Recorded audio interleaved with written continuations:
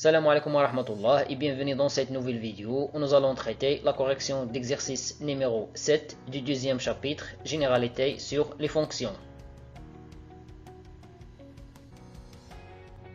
L'exercice dit, on considère les fonctions f, g et h définies par f de x égale moins 1 divisé par x au carré plus 1, j de x égale 3, plus la racine carrée de x plus 2, et h de x égale x au carré plus 1, tout divisé par x au carré plus 2. La première question, déterminer df, dg et dh, les domaines de définition respectifs des fonctions f, g et h. La deuxième question, montrer que la fonction f est majorée par le nombre moins 1 sur df. La troisième question, montrer que la fonction g est minorée par le nombre 3 sur dg. La dernière question, montrer que la fonction h est bornée sur dh.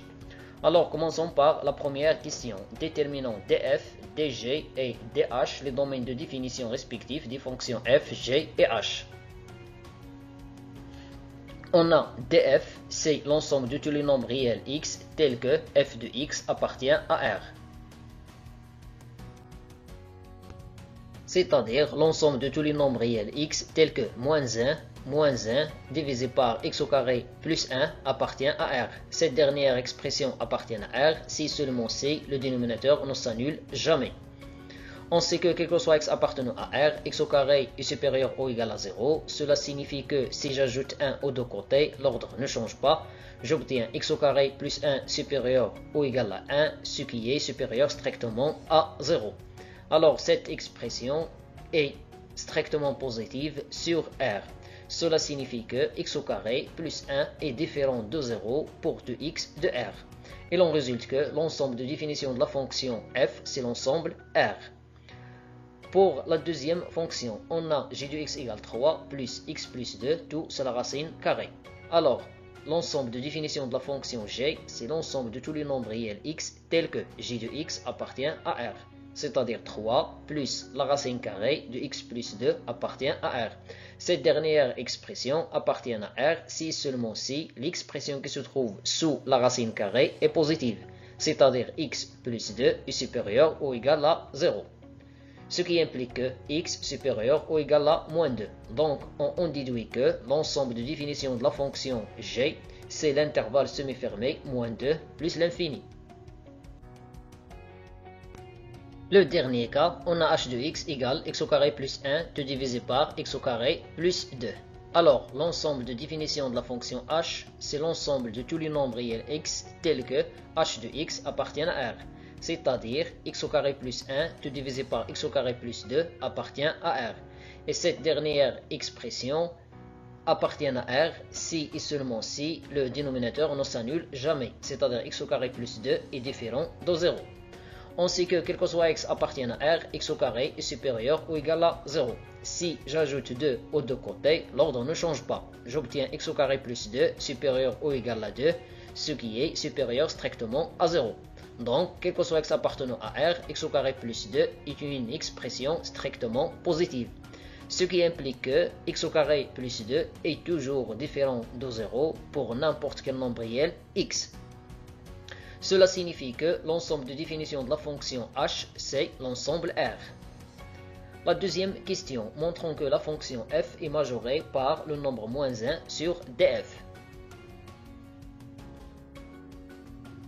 On a f de x égale moins 1 divisé par x au carré plus 1, soit x un élément de l'ensemble de définition de la fonction f, c'est-à-dire un élément de R. Pour montrer que f est majoré par moins 1, on va calculer la différence moins 1 moins f de x. Et on doit montrer que cette différence est positive, ou bien strictement positive. Premièrement, on va remplacer f de x par son expression. Puisque les parenthèses sont précédées d'un signe moins, alors on va changer le signe de chaque expression. Alors on obtient plus 1 divisé par x au carré, plus 1. Puis on va simplifier par moins 1 et 1. La somme de deux nombres opposés égale à 0. Donc, il nous reste moins 1 moins f de x égale à 1 divisé par x au carré plus 1. Comme quel que soit x appartenant à R, x au carré plus 1 est supérieur strictement à 0, si je passe à l'inverse, j'obtiens une expression strictement positive. Cela signifie que, quel que soit x appartenant à R, moins 1 moins f de x est supérieur strictement à 0. Par conséquent, quel que soit x appartenant à R, f de x est inférieur strictement à moins 1. Cette dernière inégalité signifie que la fonction f est majorée par le nombre moins 1 sur l'ensemble de définition de la fonction f, c'est-à-dire sur R. La troisième question, montrons que la fonction g est minorée par le nombre 3 sur dg. On a g de x égale 3 plus x plus 2 tout sur la racine carrée. Soit x un élément de l'ensemble de définition de la fonction g, c'est-à-dire un élément de l'intervalle semi-fermé moins 2 plus l'infini. Pour montrer que la fonction g est minorée par le nombre 3, on doit montrer que la différence g de x moins 3 est positive.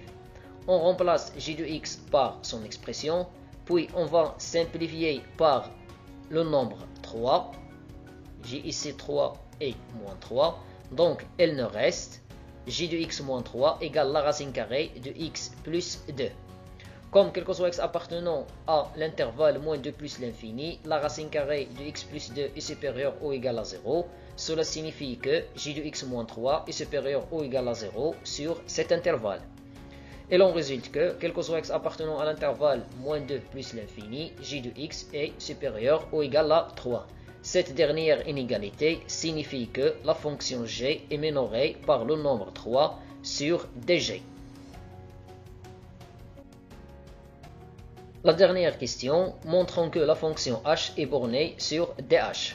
On a h de x égale x au carré plus 1, tout divisé par x au carré plus 2. Soit x un élément de dh, un élément de R.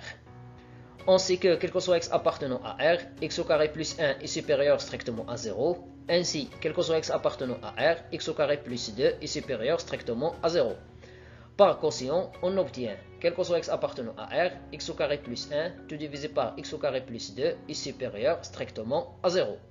C'est-à-dire que, quel que soit x appartenant à R, h de x est supérieur strictement à 0. D'autre part, quel que soit x appartenant à R, x au carré plus 1 est inférieur strictement à x au carré plus 2. Puis on va diviser les deux côtés par x au carré plus 2. On doit garder l'ordre car on a divisé par un nombre ou bien une expression strictement positive. La première expression nous donne h de x, la deuxième expression nous donne 1. Alors on obtient, quel que soit x appartenant à R, h de x est inférieur strictement à 1.